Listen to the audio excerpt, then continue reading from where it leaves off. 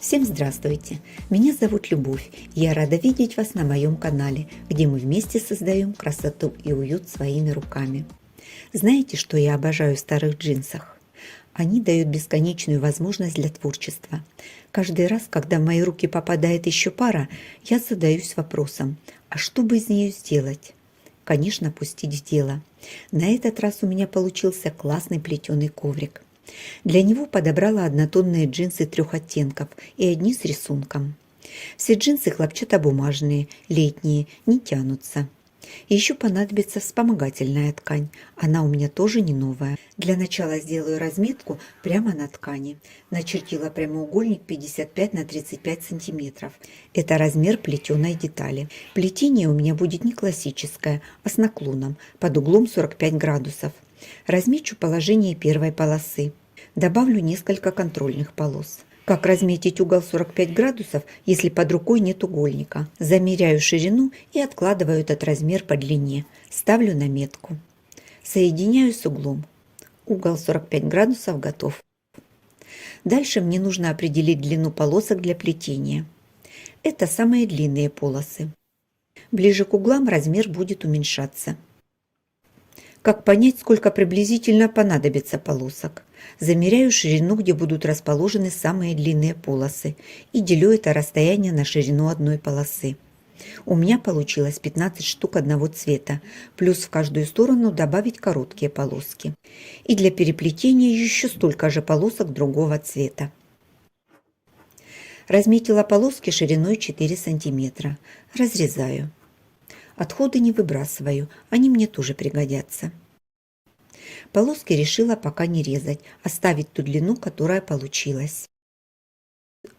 На полосках с рисунком загибаю края навстречу друг другу в стык и закреплю их строчкой. На однотонных полосках заутюжила один край на 1 сантиметр. У меня есть клеевая паутинка шириной 16 мм, с ее помощью закреплю края. Вставляю под заутюженный край и подгибаю второй край в стык. Теперь нужно поработать утюгом.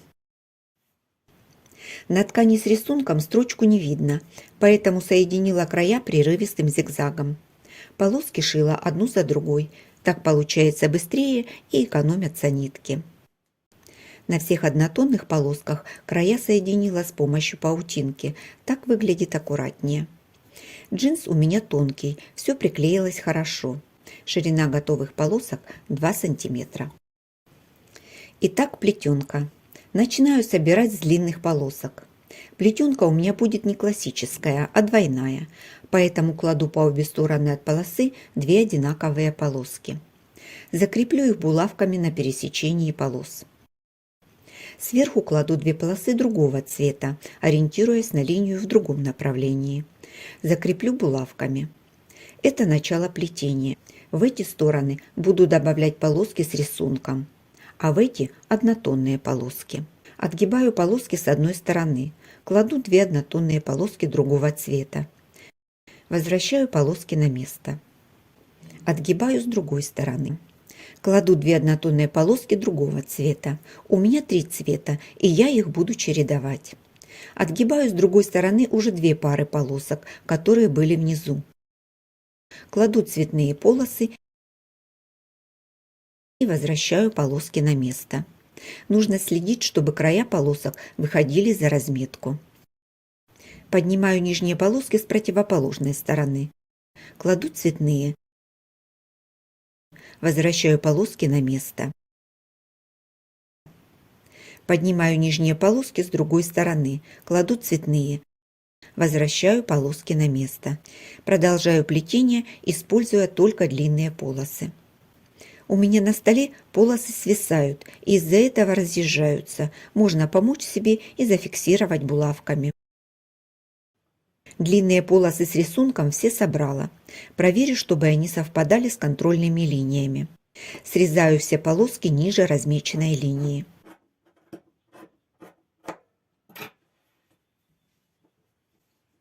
Длинные пойдут в плетение. Короткие соединю в стык при помощи зигзага. Продолжаю плести короткими полосками, заполняя углы.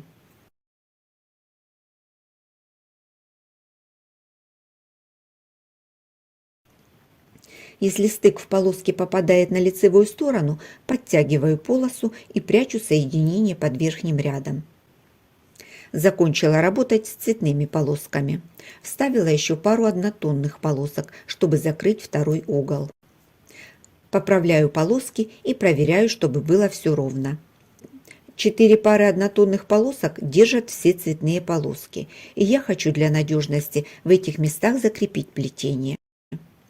Строчку проложила у самого края однотонных полосок. Продолжаю плести. Все точно так же. Нижние полоски поднимаю и вставляю теперь уже однотонные полоски, чередуя их по цвету. Финальная проверка. Поправляю, подравниваю, проверяю, чтобы по краю все полоски перекрывали линию. Осталось закрепить края полосок со всех сторон. Разметку перенесла на лицевую сторону и по линиям проложила строчку зигзаг шириной 5 мм. Это будут припуски на швы. Все слои соединились, работать будет удобнее. Срезаю все лишнее как можно ближе к строчке. Плетеная часть заготовки готова. Чтобы изделие смотрелось веселей, добавлю по краям широкие полосы отделочной ткани. Они придадут изделию завершенный вид. Сначала пришила полосы по длинной стороне. Отгибаю и обязательно приутюживаю. Каждая полоса должна быть длиннее заготовки на свою ширину. Затем пришиваю короткие полосы. Строчку прокладываю от начала до конца заготовки. Края остаются свободные. Свободные края загибаю под углом 90 градусов. Отгибаю и прокладываю соединительные строчки по углам. Лишнее срезаю. Это самый простой способ взять заготовку в рамку. Быстро, просто, а смотрится хорошо. Для обратной стороны буду собирать пиццу. Вот тут мне и пригодятся обрезки, которые у меня остались. И еще добавлю лоскуты похожих цветов. Собирать буду на хлопчатобумажной ткани. Размер подложки взяла чуть больше размера готового изделия. Заготовка получилась похожего цвета с лицевой стороной. Я часто использую в своих работах подобные полотна. Как я их собираю, можно подробно посмотреть на моем канале. Ссылку оставлю вверху в правом углу. Переходите, смотрите, вдохновляйтесь. Эту пиццу я собирала с помощью клея-карандаша. Это мой любимый способ. Сильно маленькие кусочки я не использовала. Клей надежно удерживает все обрезки, поэтому дополнительно булавками крепить ничего не буду. Джинсовую пиццу я не накрываю сеткой, стягаю как есть. Края ткани немножко махрятся, но меня это абсолютно не смущает. А после стирки вообще будет выглядеть прикольно. Стягала по диагонали. Сначала в одну сторону, затем проутюжила, чтобы ткань приняла первоначальную форму, и потом стягала в другом направлении. Как видите, строчки у меня не везде ровные. Это не потому, что я криворукая. Я старалась как можно больше закрепить края лоскутов, и поэтому строчка у меня немножко гуляет. В данном случае это для меня важнее. Длину стежка выбираю небольшую, 2,5-3 мм. Чем длиннее шаг, тем больше будет стягиваться ткань. Полотно для изнанки готово. Можно собирать изделие. Кладу полотно изнанкой вниз. Сверху кладу плетенку лицом к лицу. Скалываю булавками по всему контуру и прокладываю строчку. Оставляю отверстие для выворачивания. Строчку проложила с припуском 0,5 см.